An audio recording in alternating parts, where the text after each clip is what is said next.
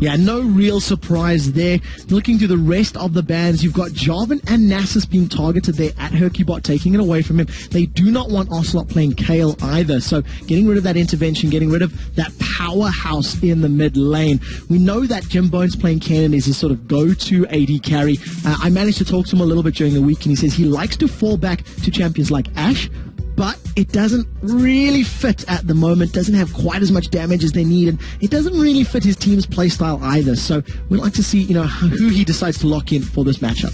I am actually very intrigued by the Kayle ban, because I don't characterize that as a must ban against SK. It feels like a specialized ban, like a counter ban.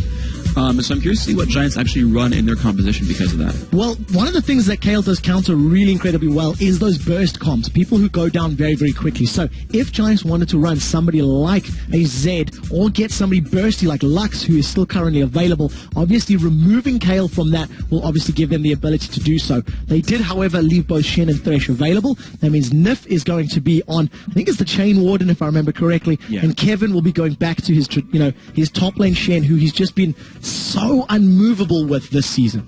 All right, well, we'll see what ends up happening, of course. Being an immovable object, always nice overall. And I think Kevin's been really on point this week as well. His Rumble was the MVP. It was mind-blowing. It was ludicrously good. It was amazing. Giants are looking at a couple of slightly different picks here. Another tanky lineup here. We have seen Babette's Alistar before, and this is what he's looking at right now. Of course, we do know it's going to be Volibear jungle almost definitely. And it's in the insta-lock onto Kassadin, blindly saying, SK. Counterpicking, I dare you. So Giants deciding to go with the Kassadin in their mid lane. Extra's going to potentially be counterpicked here. We'll see how or if Ocelot decides to do that, who he decides to run. When Alex was playing it, he picked Ari into that matchup, so we'll see how that one plays out. And you were talking about the Alistar pick. We have seen him a couple of times in the EU LCS to not much success. He hasn't been used particularly effectively, so I'd like to see how that plays through, how it plays out. It does look like that Zed's been locked in, so Ocelot feeling that Zed could potentially be the counter to that Kassadin. He obviously has the burst potential and some pretty good range, being energy based with those shurikens. He can keep out of range of those null spheres from Kassadin. This will be interesting overall because I think Zed's landing phase is definitely stronger. His early landing is really good. Kassadin's early landing sucks pretty hard. But when you actually hit level 6, it's interesting because he can rift walk away from the death mark and depending on timing, dodge all the damage. Yeah. Like, maybe he can get, shot with the Blade of the Ruin King or something like that, but realistically, he can dodge almost all of it or pull him into a turret or all kinds of interesting things, so I'm intrigued to see what comes out of that matchup if they fight head-to-head. Yeah, just the fact that he can put distance between himself and that Shadow Clone just is so, so important. At the moment, we do see that both Rumble and Vayne have now been locked in for the Giants. So Jimbone's going to be playing Vayne again. I think the last time we seen him on Vayne was about 3 or 4 weeks ago, and it was a fairly uninspiring performance, if I recall correctly. So I want to see how well he's going to be playing with this hyper carry. There is a fair amount of protection for him, though, in the form of Alistar, Rumble, and of course Volibear. So they're going to play those meat shields, put a good equalizer down for zone control, and allow Jimbones to freely tumble in and out of battle, use that stealth up, and really try and sort of kite his opponents. But if he does get caught by Zed, he's in trouble. Oh, interesting. So they've grabbed Fizz, which makes me think Jungle Shen, Fizz mid, Zed top. We've seen Zed jungle actually as a possibility as well. I've even seen Fizz jungle, to be fair, so I won't call it completely, but that's my guess, my blind guess here. Fizz's passive is awesome in the jungle, reducing damage from neutral minions monsters. It makes it pretty strong overall. What I'm surprised by for Giants, though, is they don't have like a Lulu or a Soraka or a Janna or anything to stop Zed from one-shotting Vayne. Like, we normally always see Lulu against Zed if you can help it, because the shields and the health just help you survive that one. So I'm curious to see if that ends up burning him out. Now, Lulu was actually available and decided not to be picked up here. Yeah. So that save your carry option is not available. At the time being, it does look like Ocelot wants to be playing Fizz in that mid lane to go up against Kassadin, and they've given Kevin Zed up in the top lane to face off against Samux's Rumble. So a lot of assassins, a lot of damage in this game, and it's definitely going to be a case of whoever gets ahead in the early game is probably going to roll through into the mid and the late game. The one thing we have to keep our eyes on is Hercubot Shen. If anything goes wrong once they hit 6, Hercubot, the man on your screen right now, will be using that Stand United to save his teammates, to dive into those fights with that shield and completely turn it around. And that's something that Giants do not have. They don't have that oh my gosh, I'm in trouble, please help button. Giants are for melee. Right? Giants do not have great turret sieging. They don't really have poke anyway.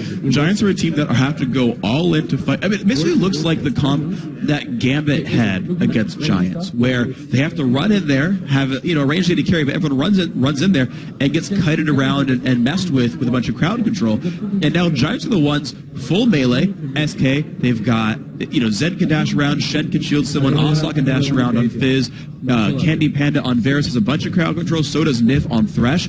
Like, even if Giants get ahead, SK have this lineup that can kite back and turn things around. Honestly, to me, this looks difficult for Giants. It's going to be entirely up to those early few minutes. Yeah. If they can get ahead, they can stay ahead.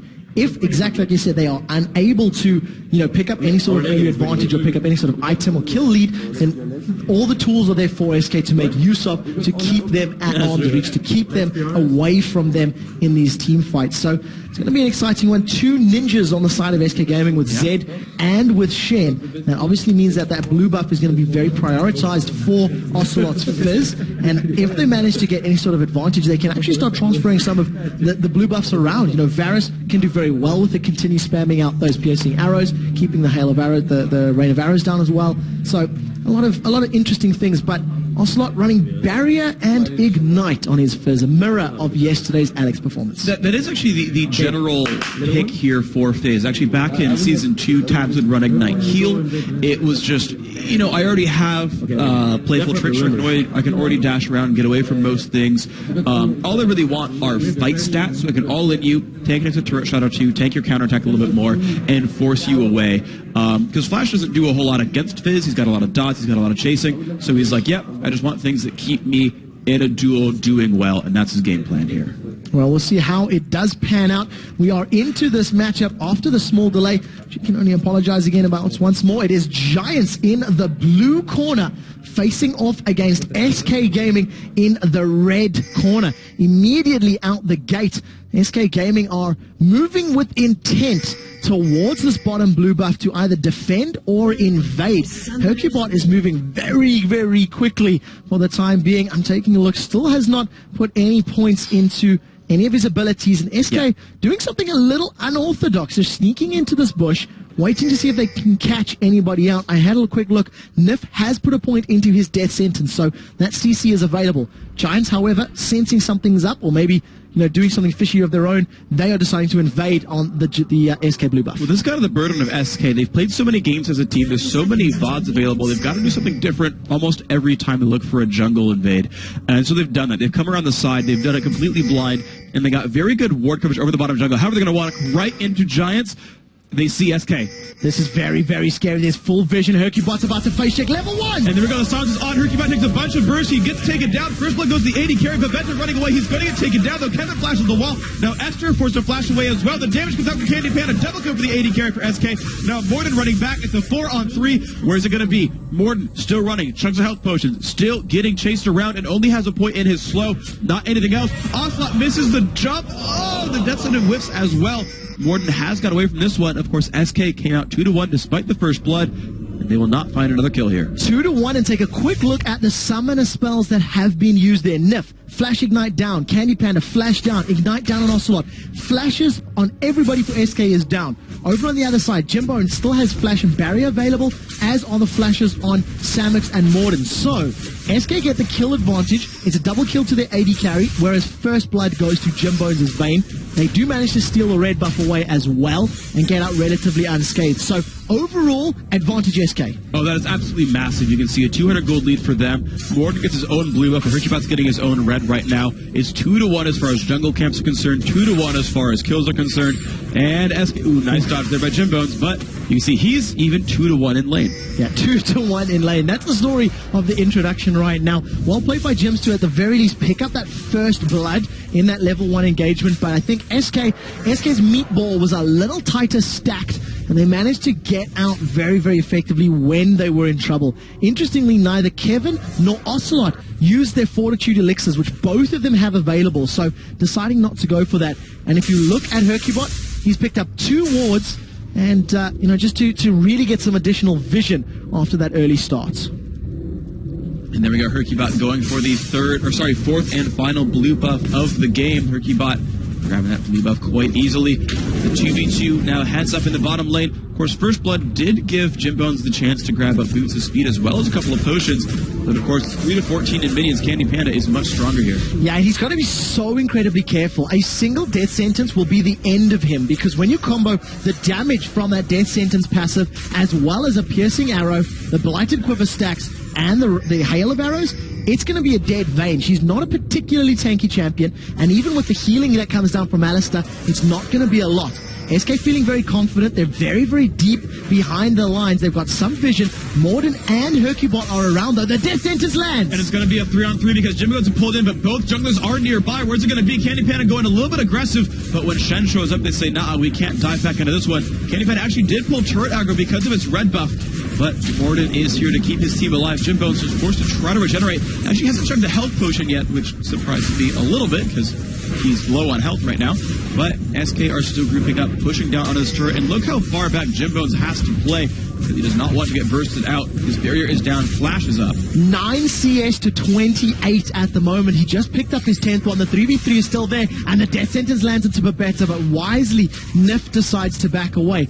All 3 potions have been now drank for Jim Bones, and he has decided to stick in lane. I feel like he was really considering whether or not to use those potions, or if he wanted to just recall. In the mid lane, Ocelot catches out Extra. It's a lot of damage, but Extra finds a whole heck of a lot back. His barrier is up, so he baits it out. Is it going to be enough damage for Extra? He jumps up and down, and Ocelot finds the kill, and of course had dropped minion aggro as a result, and just gets out for free. Now in the bottom lane, Hercubot is sniffing around. He has still not left. He's sitting in the grass. He's stealing away the double golems. He may decide to, go for a dive if they can get a good death sentence, especially with Jim Bones being so low. I wonder if Hercubot's got vision. He will get it shortly, and they've got to be so incredibly careful. Ocelot played patient in the mid lane to pick up that kill, used every ability to the utmost, and managed to pick up his third kill for SK Gaming. Jim Bones is in trouble here. All right, watch for his flash. He's got to flash the dash from Hercubot. He's going to go in for this one, pushes them backwards. Where's it going to be? He does flash that one. He's going to get out for now. Lantern comes out. Nice headbutt from Babetta. Jim Bones staying in the battle, and they're going to be fine. Morden. This is going to be close. The death that comes out does not land onto the big scary bear, but they might go back in. They're going to look for Nip. He's been knocked back, but it might just be enough to go in anyway. The dash comes across, does not find Jim Bones yet. Morden gets the kill, and here comes Exterminari looking to exterminate Hercubot. Knocks him right back across. Well, beautiful shot comes out, and that's all the damage they need. Double kill for Giant, 3-3. Awesome counterplay there from Giants. Not only was Morden where he needed to be at the right time, Exta roamed down as well. He tried to get back in lane after being taken out by Ocelot, but managed to be there, picks up an assist, helps out Jim Bones to give him his second kill of the matchup and try make up that deficit of 25 CS in the bottom lane. So a good attempt by SK, but they definitely did not have the damage or the item advantage to pull off that aggressive early start, and it costs them 2 deaths that maybe they should not have given away. Yeah, so what you're seeing right here now is a 400 gold difference, even though kills are equal, and in fact, First Blood even went in Giant's favor. So SK, the story of this game right now is, I don't want to say necessarily mechanical superiority, but certainly better minion killing that has led them to the gold lead so far. And I want to see how this game pans out. Extra forced to last hit on a turret. We'll see how that pans out. And it definitely has a factor play. The champions that they have decided for in this match. Fizz is always going to be stronger than Cassidy in the opening levels. Going to have the ability to dive in and out. Morden having a little bit of a boogie there. But the ability to dive in and out with that Urchin Strike, jump out to safety. You can see that Ocelot is level 6. He has Chum the Waters available, as is his Ignite. Is he going to go aggressive? Because it looks like he wants to. But he needs to be a little bit careful as the big scary bear is just around the corner. Yeah, also had to sit back for a long time right there. The minion wave was frozen right onto Extra's turret, and Ocelot couldn't do anything about that. He knew if he got in too close, he'd get jumped on and get CC chained. It was just getting kicked by Volibear, so he played it far, far back and waited for the wave to push back out. Now it's in no man's land again. We'll see if Giants can force anything. Morden has only just decided to back away from that mid lane. He lost a lot of time for CS. I do not even think he was within experience range there either. So, it's going to put him a little bit behind. Luckily, he already has a 10 CS lead over Hercubot. Nif and Candy Panda are trying to set something up. You can see just waiting for that death sentence to wind up. 0.5 second channel time on that missile. And of course, he can cast it when looking any direction. It's the only spell in the game that you can wind up facing left, but fake out and throw right. See if that ends up being a big deal overall. And then you do throw it from the brush where they're applied in the first place. But this is a ward in this brush here, so they will see that Nip is around. A ward in the Chain Warden's brush. I like that. That's a good one indeed. It'll be better later. Okay, give me version 2 in that one. It'll be fine. Jim Bones in a battle with Candy Panda, trading damage back and forth. And I definitely want to point out, Jim Bones' Condemns have been really good this matchup. He used it in the bottom lane to help fend off the gank by Hercubot, forced him back. Then once Hercubot did go for the taunt, he flashed over the taunt.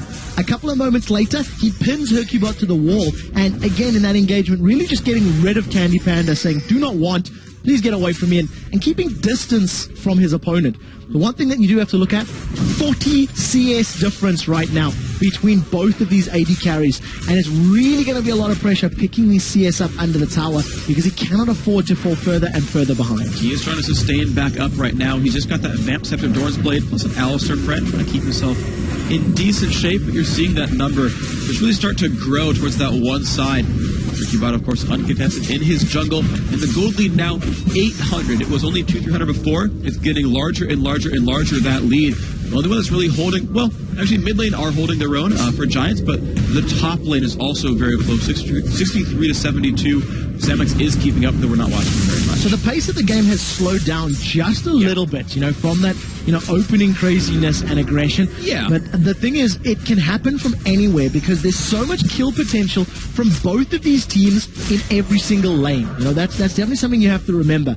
If Rumble manages to catch Zed with some Electro Harpoons and maybe a Rolling Thunder Fling from Volleybag with the Equalizer on top, that is going to kill Kevin so incredibly quickly if he cannot get to safety. The moment, though, the focus is on the bottom lane, as Morden is trying to help out Jim Bones, trying to help the hyper carry in their team, because really it's Vayne that's going to be required to carry this team once they get out of the laning and mid game.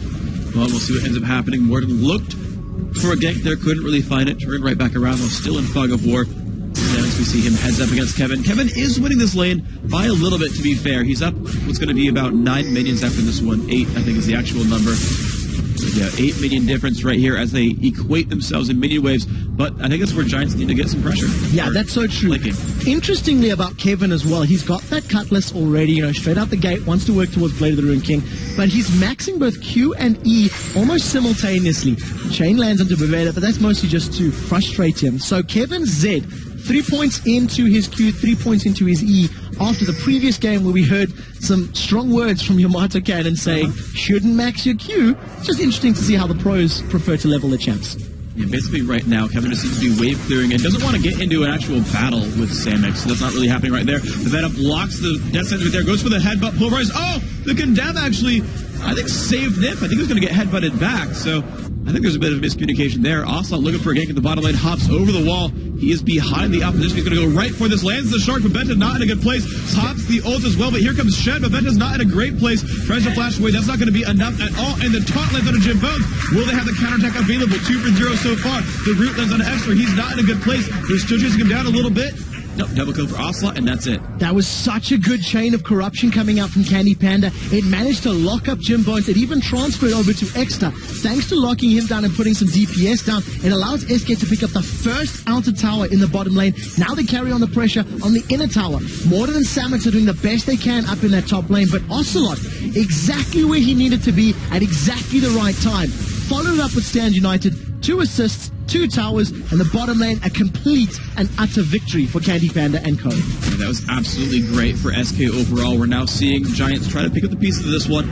They're not down terribly far, but here comes a push on the Morden. A lot of damage on him. Ignite off as well. Will the tick be enough? It is. Popped out there by Kevin, only at level 10.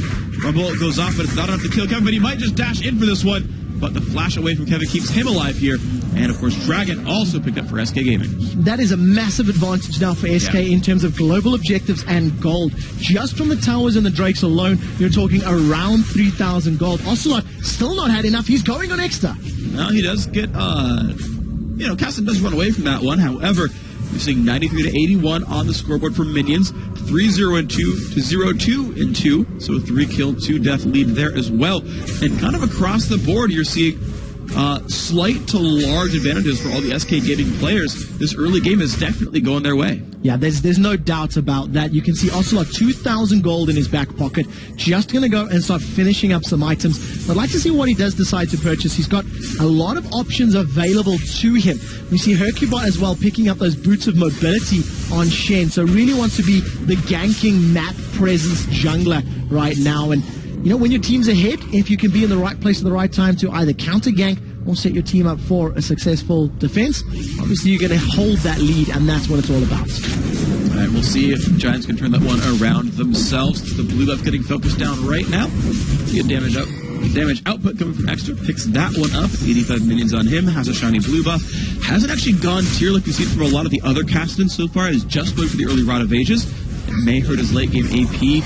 Put some damage on Ocelot. Does get death sentence, though. Looks like they won't go in for it, though. Yeah, there's not enough support there for SK Gaming to really pick that fight. Even though they caught Kassadin out, they didn't want to jump in on that one.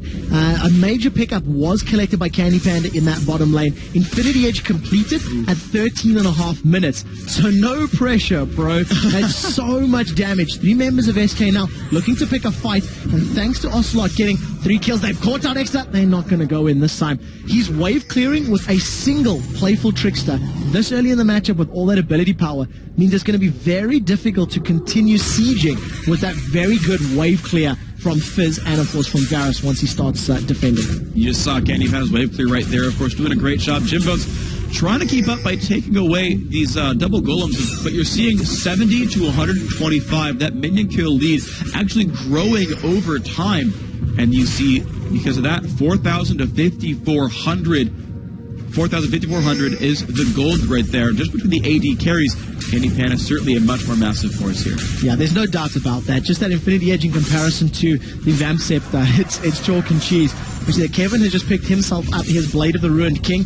That's going to be helping him out when he decides to go aggressive, get that additional pop damage from the Death Mark. And as long as Nif keeps catching out Extra's Kassadin with those death sentences, he's going to be sentenced to death when these team fights happen, because he's been caught 2 for 2 in that mid lane. Members of SK are roaming around, about to find a bear in the woods, and you don't know if they want to pick that fight. Well, the fish ends up being interesting. The hunter has become the hunted, as the fish actually dealing more damage to the bear, despite being the staple diet. And you can see the SK have grouped up 4 strong in this mid lane. Of course, Zed, Kevin just sitting there to split push up against Samix. And this turret might be going down very, very shortly. Looks like no one from Giants trying to stop that at all. And another structure topples here. This is SK definitely in control. 3 towers to 0, 1 dragon to 0, a kill lead, a gold lead, an item lead. Every single metric is in SK Gaming's favor. They fail the headbutt and they catch for better. And look at that. The death center was so good. It's a death paragraph. They're going to start in another fight. Morden rooted in place, and he goes down. And look at that, another turret going. The turret is now down. They're going to carry on with the fight. Chum the Waters used to hold them in place. Atlantean Fizz is sinking the giant ship right now, because there is nothing they can do to hold off the pressure from SK Gaming. They're on the inhibitor turret. The damage is going down from Candy Panda, and there is no one from Giants to respond. There is simply nothing that they can do at the moment. I mean, they can do some damage to Candy Panda, dropping to half health, but that's really the only thing they can do right now is weaken SK and not quite follow through. Now an 8,000 gold lead here for SK Gaming. That is a significant clip. That's 40% more gold than what Giants have. That's a significant margin. I feel like significant is my word of the day, by the way. It does look like it. Samix going to be taking a significant amount of damage. Kevin going in for that one. Dashes forward. The shadow barely even needed. Pops him up, but a nice assist for Hercubot. Definitely. Getting that 5th assist on the board. It's also going to allow them to shove down that wave and try take the tower down. It's at around 50%. You've got to be a little bit careful of the chomp from Frenzy of Morden. It would have potentially risked Kevin his life. So nevertheless, they didn't decide to back away. It puts them to a 9-3 kill lead right now. And Varus, that Bilgewater Cutlass completed as well. So he's working towards his Blade of the Ruined King. He's caught Extra. And look at the burst damage on him. The shark comes off. Actually, Extra not in the worst shape overall.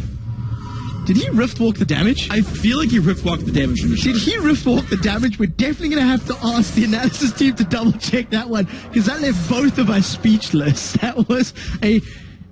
I blame Uncertain rift walk if that were to happen. So we'll definitely check that one out. It does appear that he rift walked it. Wow.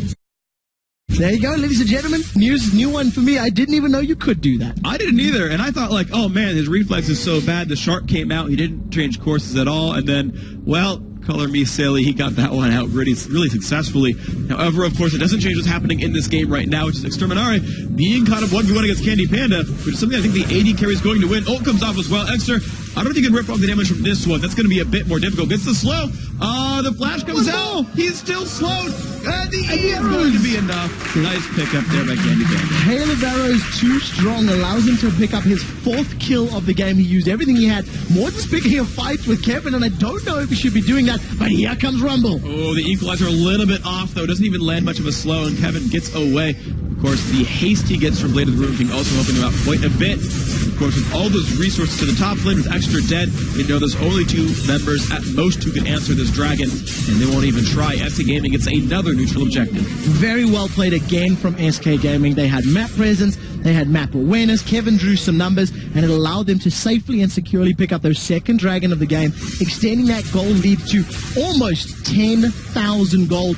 And that's generally the breaking point. When teams get a 10k gold lead, you start feeling like, all right, it's basically their game to lose.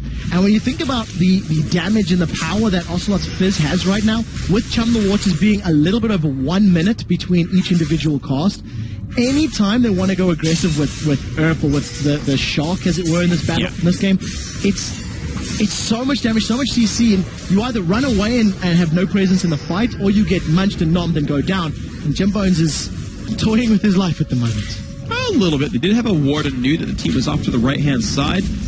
Looks like he's not getting jumped on just yet. Samix trying to keep Kevin away from that turret with a lot of help from Kevin. The minions are gone. He's going to keep shoving off that lane. Ocelot standing on top of a ward. No one's going to fall for that trap, buddy. No, not right now. They do have some vision, so you have to compliment Giant's attempt to control the vision side of the game right now. They've had a lot of wards placed on their side of the map to try and, at the very least, keep tabs on where SK Gaming are and what they're doing.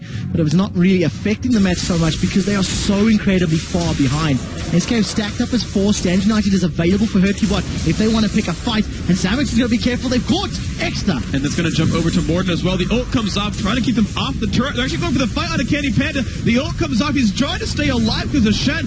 Nif does get a little bit of a knockback. Shark doesn't hit onto anyone. They're still going in. Morton gets a flip on Hercubot. The box comes down. Morton trying to run away. He's regenerating, and he might just live. The Ignite almost kills him. He does actually go down. Samix not in a good place either. Jimbo's not in a good place either. He pops down to the death mark. If a bet is going to get dropped as well. 4 for nothing so far. Now Extra is alone. Can he get away from this one? He's looking for 1 extra kill, and he's going to find 1 on the Fizz, but he goes down 5 for 1. A triple kill for Kevin. 500 bonus gold. Does go into Extra's back pocket, but what a team fight from SK Gaming. It actually forces the surrender vote there. I do have to say that the bet is headbutt got Kevin on the other side of the wall, which made me giggle just a little bit, kicked him out the fight. But SK, what a performance from the first blood to the control in the bottom lane. 1 mistake in terms of the fight of overextending, but other than that, it was their game in its entirety. They played that one incredibly well. That looks like the SK, that's the number 3 team in Europe right now. Certainly a well-deserved victory. The handshakes, of course, on your screen. Once again, Giants versus SK. SK came out rather convincingly in just 21 minutes. I mean, seriously, a great game from them. And the last little stretch of the season is looking good for them, I would say. Yeah, definitely. It's going to help them out, getting those additional wins to try to close the gap between first, second, third. And if they don't lose any more, their end of season statistics look potentially good.